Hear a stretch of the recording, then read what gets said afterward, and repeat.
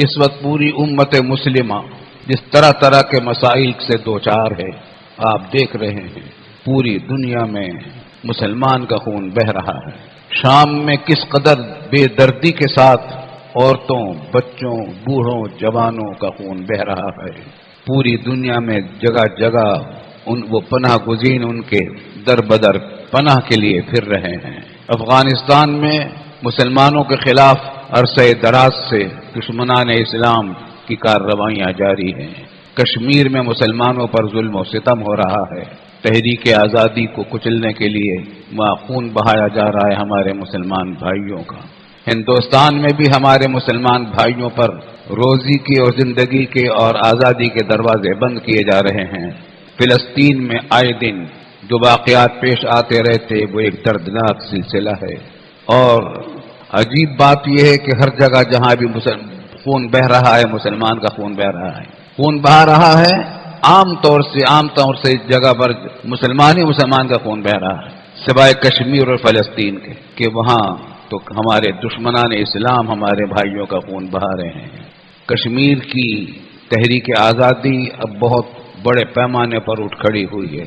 ہمیں دعا کرنی چاہیے کہ اللہ تعالی ہمارے مظلوم مسلمانان کشمیر کی مدد فرمائے، ان کو آزادی کی نعمت سے نوازے، اور انڈیا نے جو ان کے اوپر ظلم مسلط کر رکھا ہے اس سے نجات دے، اور ہمیں بھی ان کی مدد کی توفیق عطا فرمائے۔ آج بھی آپ نے اخبارات میں پڑھ لیا ہوگا کہ انڈیا نے ہماری فوج پر حملہ کیا، سرحدی فوج پر کشمیر کے علاقے میں، ہمارے 2 مسلمان بھائی شہید کر دیے، اور یہ در حقیقت بوکھلاہٹ کا نتیجہ ہے بھارتی حکومت کی۔ وہ اس وقت بے چین ہے پاکستان کے خلاف کرنے پر، اس کے پیٹ میں درد سب سے زیادہ اس بات کا بھی ہے کہ پاکستان میں کراچی میں ان کے ایجنٹوں پر گرفت ہو رہی ہے، کراچی میں راہ کے ایجنٹوں پر جو گرفت ہوئی ہے اس کی وجہ سے ان کے پیٹ میں درد اٹھ گیا ہے، اور انہوں نے وہاں ظلم و ستم کا بازار گرم کیا ہے۔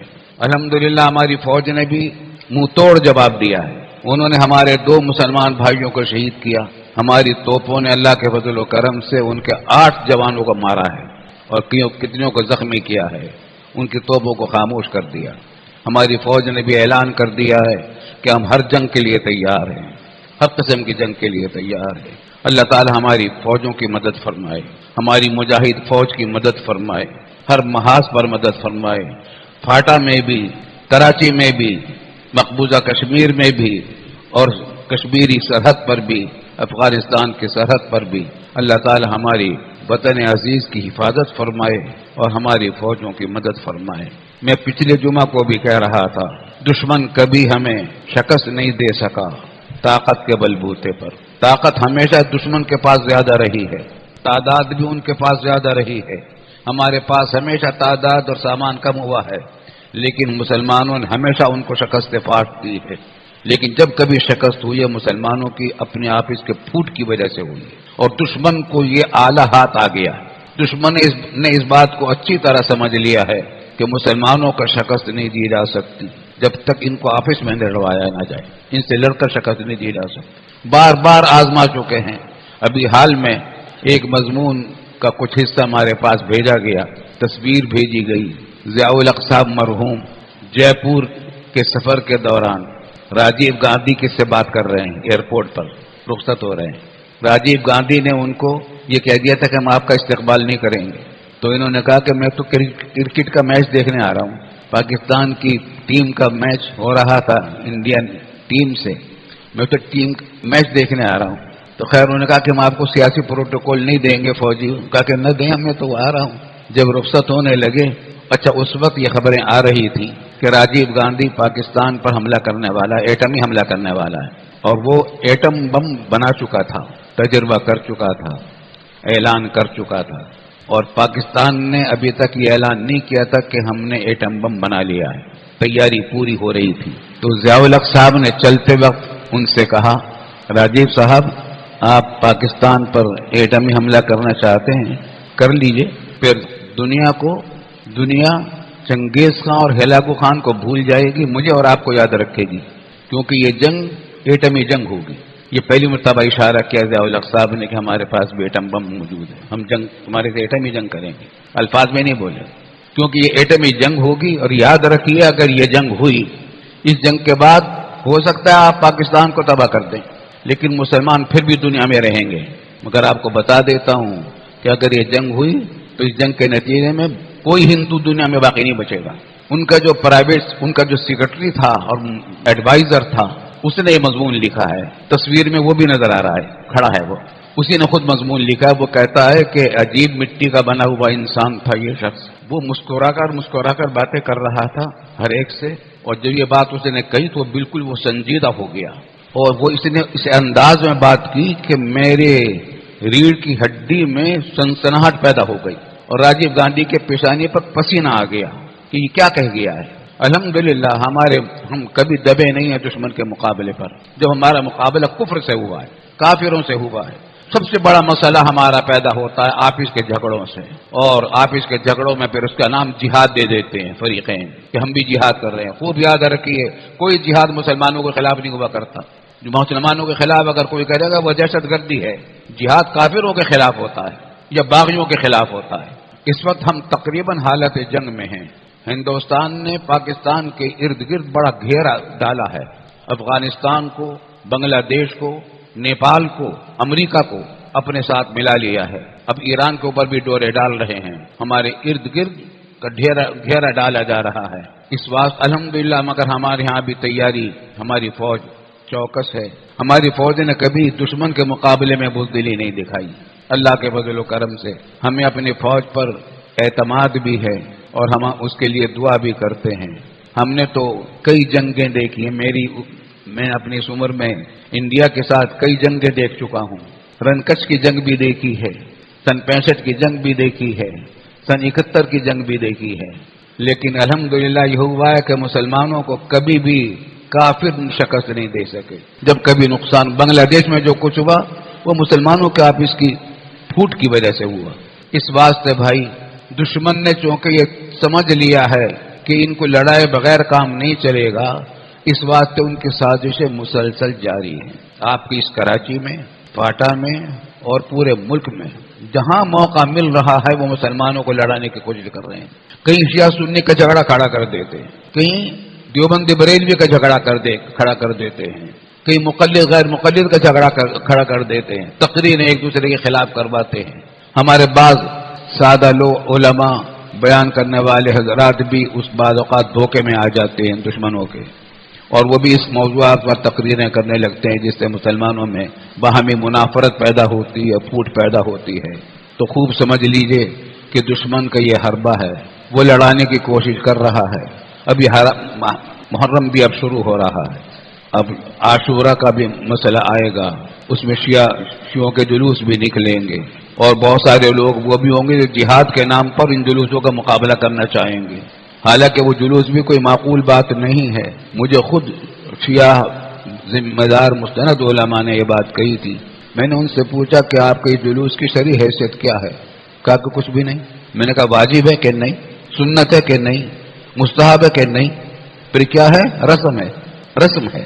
میں نے کہا بھائی جب یہ رسم ہے اور اس کی وجہ سے اتنے جھگڑے ہوتے ہیں تو اس کو ختم کیوں نہیں کرتے؟ کہنے لگے اگر یہ بات میں کہوں گا میرا گلا کاٹ دیا جائے گا، مجھے زندہ نہیں چھوڑیں گے۔ تو اتنے جذبات برانگیختہ ہیں ایک دوسرے کے خلاف، اور ان جذبات برانگیختہ کرنے میں دونوں طرف کے خطیبوں کا بھی اثر ہوتا ہے، مناظرہ بازوں کا بھی دخل ہوتا ہے، اور دشمنوں کی سازشیں بھی ہوتی ہیں۔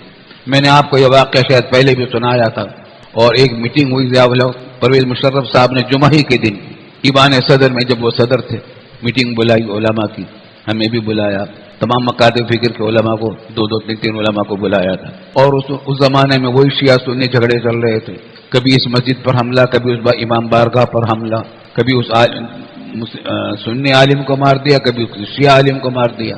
تو انہوں نے کہا کہ لمبی داستان، آدھا گھنٹہ تقریر کی کہ آپ حضرات اتحاد کی کوشش کریں، ملائیں، اسلام کی بدنامی ہوتی ہے۔ خیر میں نے ان کو کہا کہ ہمارے نزدیک شیعہ سنی جھگڑا ہے ہی نہیں، ہمارے ملک میں کوئی جھگڑا شیعہ سنی کا نہیں ہے، یہ تو سازشیں ہیں۔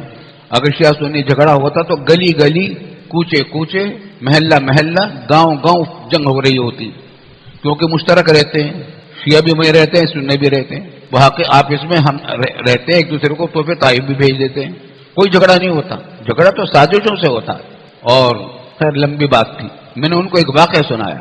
میں نے کہا کہ اسی زمانے میں کچھ عرصے پہلے، پچھلے 1 سال یا 2 سال پہلے کا واقعہ میں نے سنایا کہ میں رات کو، میں اور میرے برادر عزیز مولانا تقی عثمانی رات کو 11 بجے کے قریب شہر سے واپس آئے. عاشورہ کا دن تھا. تو گیٹ کے اوپر کچھ غیر معمولی صورتحال نظر آئی. کچھ خون پڑا ہوا تھا. کل پولیس کے کچھ لوگ کھڑے تھے، کچھ دارالعلوم کے حضرات کھڑے تھے، اور سراسین کی کسی کیفیت تھی.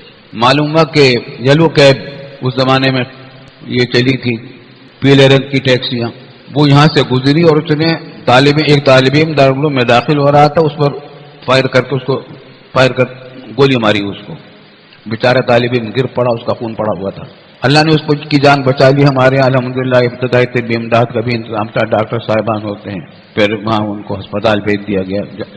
لڑکا طالب علم بچ گیا. لیکن ہم بہرحال کھڑے ہوئے تھے، دیکھ رہے تھے کیا قصہ ہے. اتنے میں ایک اور موبائل آئی پولیس کی. اس نے کہا کہ صاحب آپ کو ہم ایک بات کی اطلاع دیں، جھگڑا ہو رہا ہے، آپ حضرات محتاط رہیں. اور ابھی ایک جلوس نکل رہا تھا شیعوں کا 100 کوارٹر کی طرف، تو وہاں ایک یلو کیب آئی اور اس نے وہاں جلوس پر فائرنگ کی ہے اور ان کو مارا ہے. وہ شیعوں کا تھا. ایک ہی یلو کیب تھی، وہ یہاں بھی حملہ کر رہی تھی، وہاں بھی حملہ کر رہی تھی. نہ یہ شیعہ تھے نہ سنی تھے، یہ بدماش تھے، یہ دشمنوں کے ایجنٹ تھے، لڑائی جنگ کرانے والے تھے. قرآن کریم کی جو آیتیں میں نے پڑھی ہیں، وقت تو نہیں رہا کہ اس کو بیان کروں، اس میں یہی واقعات بیان کیے ہیں قرآن میں کہ مدینہ طیبہ میں 2 قبائل تھے عربوں کے، اوس خزرج، اور یہودی بھی رہتے تھے، ان کے بھی قبائل تھے. ان کی چاندی بنتی تھی ان کے آپس میں لڑانے سے. اوس اور خزرج کو جنگ کراتے رہتے تھے، جنگیں ہوتی رہتی تھی، وہ ان سے سودی قرضہ لیتے رہتے تھے اور یہ سود ان کو دیتے رہتے تھے. سود کماتے تھے یہودی اور اس میں آپس میں جھگڑا کرواتے تھے.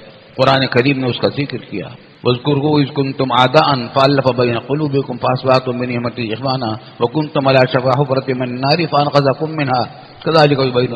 ترجمہ کا وقت نہیں ہے، آیت سنا دی ہے میں نے. تو وہاں وہ یہی کرتے تھے، جب ذرا صلح ہو جاتی تھی تو اپنے آدمی بھیجتے تھے. مثلا خزرج پر حملہ کرنے کے لیے اوس کے لباس میں اپنے آدمی بھیجتے تھے یہودیوں کو. وہ رات کو حملہ کرتے تھے خزرج پر. خزرج میں اپنے کچھ لوگ ہوتے تھے، ان کے اپنے لباس میں یہودی، وہ حملہ کرتے تھے ان پر اور جنگ چھڑ جاتی تھی، جنگ ہوتی تھی. جب کبھی ذرا جنگ ختم ہوئی، اس قسم کے جھگڑے ختم کر دیتے تھے. آج بھی یہی ہو رہا ہے. میرے کہنے کا مقصد یہ ہے کہ دشمن سے لڑنے کے لیے الحمدللہ ہماری فوجیں کم نہیں ہیں، ہمارے پاس تیاری معمولی نہیں ہے. ہماری الحمدللہ ایٹمی طاقت ہماری ان سے زیادہ ہے، ایٹمی ٹیکنالوجی ہماری ان سے بہت آگے ہے. ہمارے سائنسدانوں نے الحمدللہ فرض کفایہ پوری امت کی طرف سے ادا کیا ہے. ایسی ٹیکنالوجی اختیار کی ہے کہ آج انڈیا کے پاس وہ بالکل نہیں ہے، اللہ کے فضل و کرم سے. سامان کی کمی سے ہم کبھی ہارے نہیں ہیں. مسئلہ جو ہے اپنے آپس کے اتحاد کا ہے. یہ راک ایجنٹ اب بھی پھر رہے ہیں ہمارے شہر میں، فاٹا میں، ہر جگہ. ان سے باخبر رہیں. کوئی بھی مسلمان کوئی کسی کے خلاف بات کرے اس کو نہ آگے جانے دیں. کوئی بات ایک دوسرے کے خلاف نہ کی جائے. المسلم من سلم المسلمون من لسانه ویدی. مسلمان وہ ہوتا ہے جو کسی کو زبان سے بھی تکلیف نہ پہنچائے، ہاتھ سے بھی تکلیف نہ پہنچائے. اسلام میں مسلمانوں کی پھوٹ کو کسی حالت میں برداشت نہیں کیا گیا. بڑے بڑے مسائل میں ترمیم کر دی گئی لیکن پھوٹ کو برداشت نہیں کیا گیا. اس واسطے اپنے آپ کو یاد رکھیں. آپ اس میں کسی قسم کی ایسی باتیں نہ ہوں جو جھگڑے والوں کی ہوں. آپ اس میں محبتیں بڑھانے والی باتیں ہوں اور تیاری کریں جہاد کی. ہو سکتا ہے کہ جنگ ہو جائے. اب آج کل کی جنگ ہوتی ہے تو پھر اس میں پوری قوم کو حصہ لینا پڑتا ہے. اللہ تعالی ہمیں اس کے لیے تیار کرے. تفصیل کو دل چاہتا تھا مگر موقع نہیں ہے. کبھی زندگی رہی تو اگلے جمعہ کو بھی انشاءاللہ.